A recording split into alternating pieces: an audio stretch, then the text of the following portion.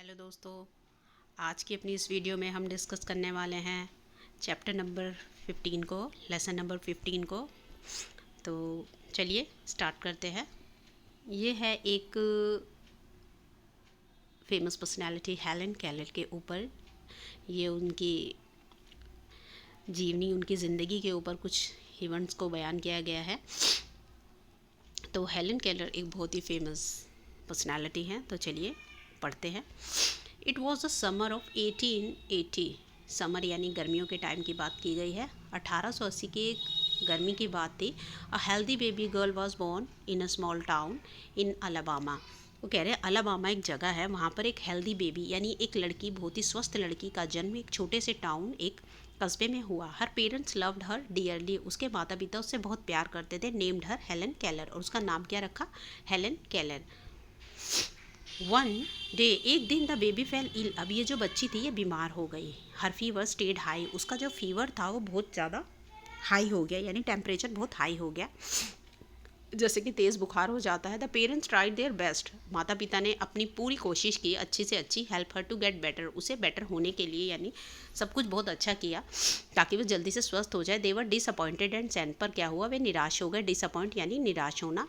और कहा there is nothing more we can do. अब ऐसा कुछ नहीं बचा जो हम कर सकते हैं, यानी उन्होंने अपनी सारी कोशिश कर ली पर जो बच्ची है वो ठीक नहीं हो रही थी। अब वो निराश हो जाते हैं और कहते हैं कि अब हम कुछ नहीं कर सकते।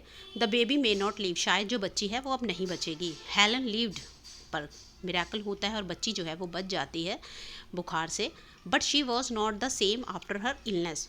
परंतु होता क्या है, वो जो बच्ची है अपनी बीमारी से ठीक तो हो जाती है पर वो पहले की तरह नहीं रहती। वॉज नॉट द सेम, ठीक पहले की तरह नहीं रही। Something is very wrong. कुछ बहुत ज़्यादा गलत हुआ है। हर मदर सैड, उसकी माँ कहती है।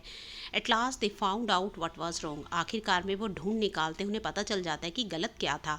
The child was unable. Unable होता है जब किसी कार्य करने में हम सक्षम नहीं होते। Unable to see and hear. देखने में जो बच्ची थी वो सक्षम नहीं थी। अब वो ना देख पा रही थी और ना सुन पा रही थी। द बेबी ग्रू अप, यानी जो बच्ची है वो बड़ी हो गई। हर पेरेंट्स फेल्ट सॉरी फॉर। उसके माता पिता उसके लिए बहुत दुख महसूस होता है। तो यद्यपि Helen could not see and hear, यद्यपि वो कहते हैं कि हेलन जो थी, हेलन केलर, वो देख भी नहीं सकती थी और सुन भी नहीं सकती। She was a bright little girl. पर वो क्या थी? एक बहुत ब्राइट, कहते हैं ना, बहुत ही तेजस्वी लड़की थी, काफ़ी टैलेंटेड लड़की थी। People thought Helen could not learn any thing. अब लोग जो थे आसपास के वो ये सोचते थे कि हेलन जो है कुछ भी नहीं सीख पाएगी अपनी लाइफ में, क्योंकि ना तो वो देख सकती थी ना वो सुन सकती थी। But her mother did not agree. पर जो उसकी माँ थी वो इन बातों से एग्री नहीं करती थी। वो माँ थी तो वो उसने अपनी हिम्मत नहीं हारी थी। शी ऑलवेज थॉट, वो हमेशा सोचती थी, हाउ कुड दे टीच हर, वो उसको कैसे पढ़ाए, कैसे उसको चीज़ों को समझाएं। तो वो इन चीज़ों को लेकर बहुत ज़्यादा वरी रहती थी उसकी mother. Helen began to grow wild. अब जो हेलन थी बहुत ज़्यादा, मतलब ऐसे बच्चों के अंदर एक वाइल्डनेस आ जाती है, बहुत गुस्सा भर जाता है। She would not let any one do any thing for her. अब उस गुस्से में वो क्या करती थी? Would not let any one do any thing for her. वो अपने लिए किसी को कुछ भी नहीं करने देती थी, क्योंकि वो बेबस फील करती थी। हर क्लोथ्स वर ऑलवेज डर्टी। उसके जो कपड़े थे वो हमेशा गंदे रहते थे। She was often angry. वो ज़्यादातर गुस्से में रहती थी। सम टाइम शी इवन ले on the floor and kicked her feet. और कई बार क्या होता था, शी इवन ले ना फ्लोर पर लेट जाते हैं बच्चे, आपने देखा होगा, और किक्ड हर फीट, और अपने पैरों को पटकते हैं। Her parents soon found a teacher for her. अब उसके माता पिता ने एक ऐसी टीचर उसके लिए एक टीचर ढूंढ ली। फाउंड किया यानी ढूंढ लिया। मिस सुलिवान, टीचर का नाम है सुलिवान। अ यंग टीचर, वो जवान टीचर है। Promise to help Helen Keller to see the world. अब वो जो टीचर है वो बहुत अच्छी है, एक यंग है, तो वो प्रॉमिस करती है कि वो जो उनकी बेटी है हेलन केलर, दुनिया देखने में उसकी मदद ज़रूर करेगी, यानी कि वो उसको पढ़ाएगी, उसको हेल्प करेगी। Miss Sullivan gave Helen a doll. वो सुलिवान जो है, मिस सुलिवान जो टीचर है, वो क्या करती हैं? हेलन को एक डॉल देती है। She spell the word DOLL with her fingers on the Helen hands. वो क्या करती है? जो डॉल के स्पेलिंग है DOLL, वो उसके हेलन के हैंड पर अपनी उंगली से लिखती है। कैसे लिखती है आप समझने की कोशिश कीजिएगा। ये हाथ है बच्चे का, तो वो इस पर, sorry,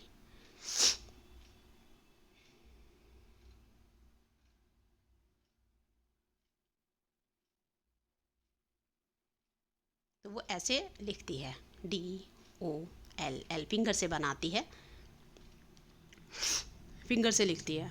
she made the letter with special hand sign, वो ऐसे वो जो है स्पेशल साइंस होते हैं जो देख नहीं सकते सुन नहीं सकते, उनके लिए वो उसी तरीके से उनको बनाती है उसके हाथ पर। हेलन कॉपीड हर टीचर, और जो हेलन है वो भी अपनी टीचर को उसी तरीके से कॉपी करती है। और स्पेल्ट डॉल, और डॉल जो लिखती है, बट डिड नॉट अंडरस्टैंड, पर समझ नहीं पाती व्हाट शी वाज डूइंग, वो क्या कर रही थी। The teacher helped Helen to spell a lot of words, इस तरीके से वो जो टीचर है वो उसको बहुत सारे वर्ड्स को समझने में और लिखने में मदद करती है। One day the teacher made Helen put her hand into running water, अब वो क्या करती है, एक बहते हुए पानी में जो उसका हाथ है वो उसको उसमें डाल देती है। She spelt water, Helen understood that water meant something wait.